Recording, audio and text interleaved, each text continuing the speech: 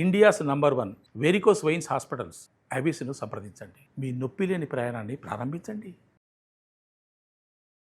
అశ్విని నక్షత్రంలో పుడితే 1వ పాదంలో పుడితే శాంతి ఉంటుంది. మిగతా 3 పాదాలకైతే శాంతి ఉండదు.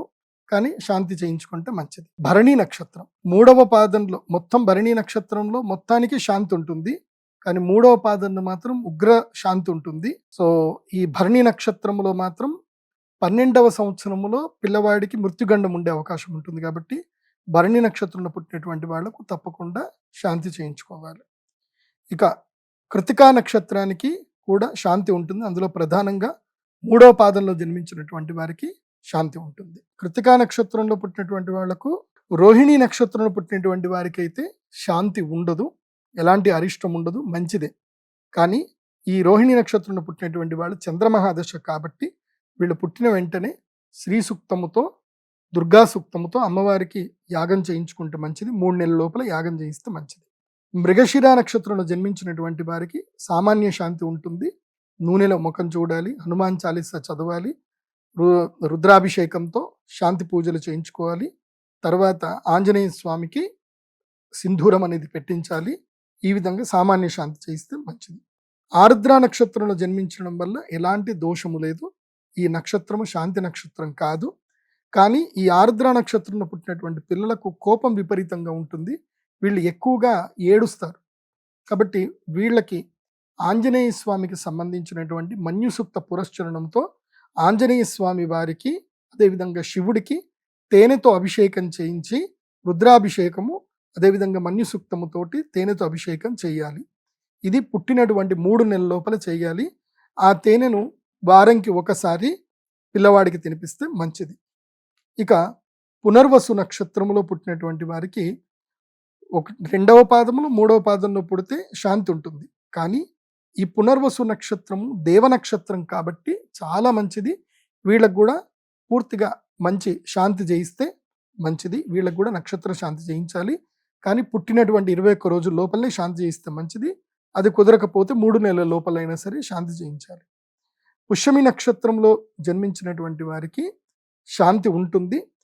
వీళ్ళకి తప్పకుండా వీళ్ళు పుట్టిన తర్వాత వీళ్ళకి అఘోర తిలతంత్ర పాశుపతం అనేటువంటి శాంతి అయితే తప్పకుండా చేయించాలి.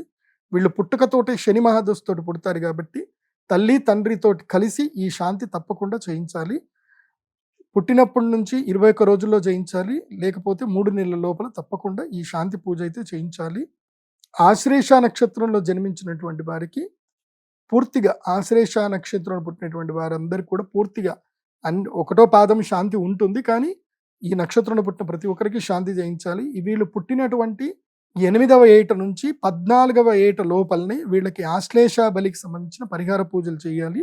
స్త్రీలైతే గనక రజస్వల కాక మునిపే ఆశ్లేష బలి శాంతి పరిహారం చేయించాలి. వీళ్ళకి పురుషులకైనా సరే వీళ్ళకి సెకండరీ ప్యూబర్టరీ క్యారెక్టర్స్ రాకన్నా మునిపే వీళ్ళకి ఆశ్లేష బలి పూజ చేయించాలి. తర్వాత వివాహ పూర్వం కూడా ఒకసారి ఆశ్లేష నక్షత్ర పరిహార శాంతులు చేయిస్తే మంచిది.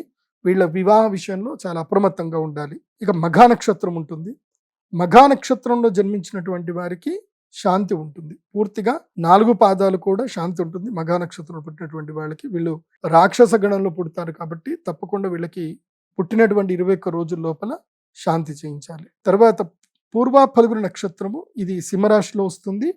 వీళ్ళకి 1వ పాదంలో పుడితే గనక శాంతి ఉంటుంది. మిగతా పాదాలకైతే శాంతి ఉండదు. కానీ నేనిచ్చే అడ్వైజ్ ఏంటంటే వీళ్ళకు కూడా పూర్వ ఫల్గుణ నక్షత్రం పుట్టిన వాళ్ళకి శాంతి చేయించాలి.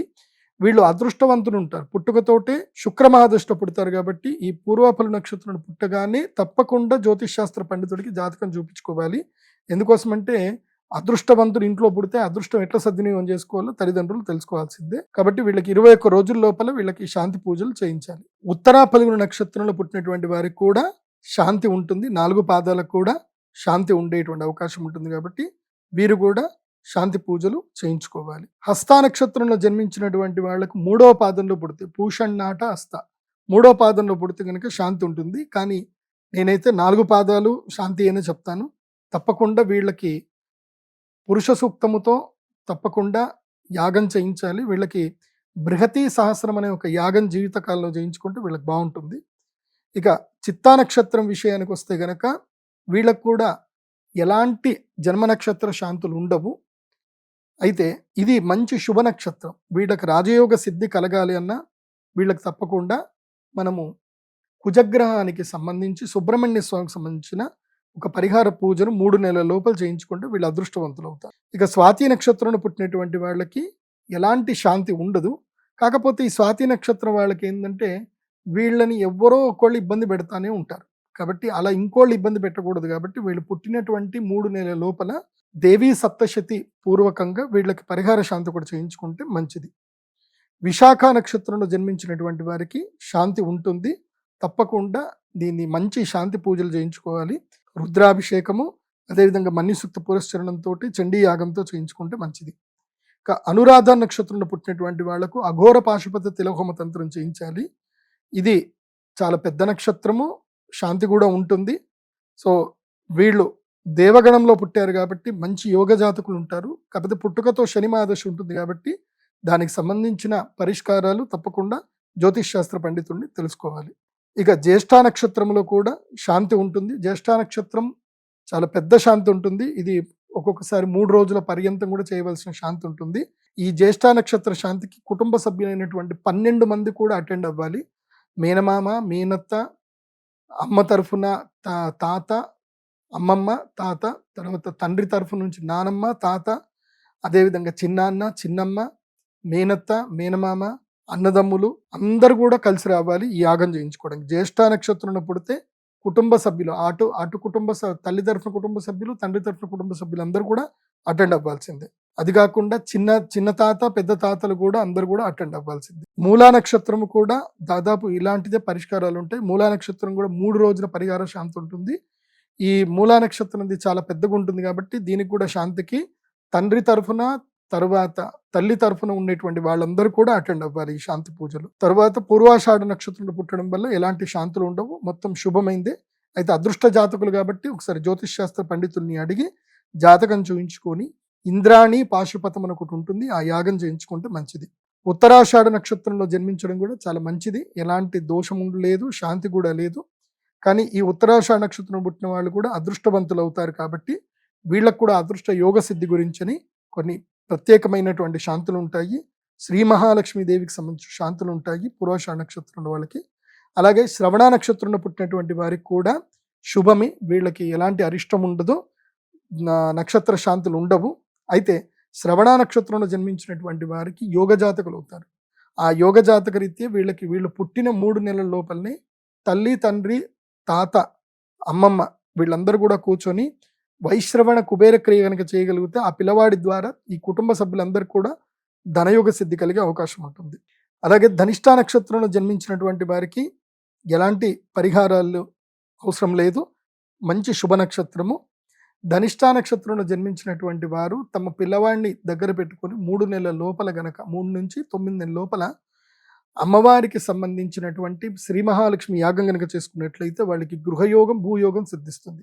ఎందుకోసమంటే ధనిష్ట నక్షత్రంలో పుట్టినటువంటి వాళ్ళు భూయోగ సిద్ధితోటే పుడతారు. అది బాగా గుర్తుపెట్టుకోండి, గృహయోగ సిద్ధి కలుగుతుంది. అదేవిధంగా శతభిష నక్షత్రము శాంతి, ఏ శాంతులు కూడా లేవు, మంచి నక్షత్రము.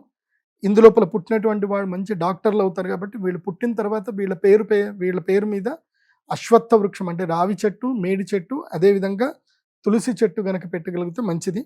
తర్వాత పూర్వ భాద్రపద నక్షత్రంలో పుట్టడం వల్ల ఎలాంటి నక్షత్ర శాంతులు లేవు, దోషం కూడా లేదు. అయితే పూర్వ భాద్రపద నక్షత్రంలో పుట్టినటువంటి వాళ్ళు యోగ జాతకులు అవుతారు కాబట్టి వీళ్ళు పుట్టగానే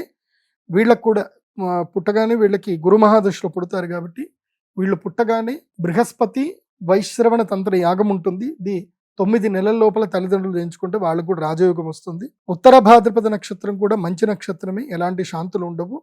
అయితే ఉత్తర భాద్రపద నక్షత్రం శని మహాదశ కాబట్టి వీళ్ళు పుట్టుకతోటి తల్లి, తండ్రి, తాత, తర్వాత చిన్నాన్న, చిన్నమ్మ, పెద్దనాన్న, పెద్దమ్మ వీళ్ళందరూ కూడా కూర్చొని తప్పకుండా అఘోర పాశుపత తిలతంత్రం చేయించుకోవాలి. ఇది పుట్టినటువంటి 6 నెలల లోపల చేయించుకుంటే మంచిది. ఇక రేవతి నక్షత్రంలో జన్మించినట్లయితే పూర్తిగా 4 పాదాలు కూడా దోషభూయిష్టం కాబట్టి రేవతి నక్షత్రంలో 4 పాదంలో కూడా శాంతి పూజలు చేయించుకోవాల్సిందే. పరిహార పూజలు జ్యోతిష్ శాస్త్ర పండితుడిని సంప్రదించి చేయించుకోవాలి. శ్రీమాత్రే నమః.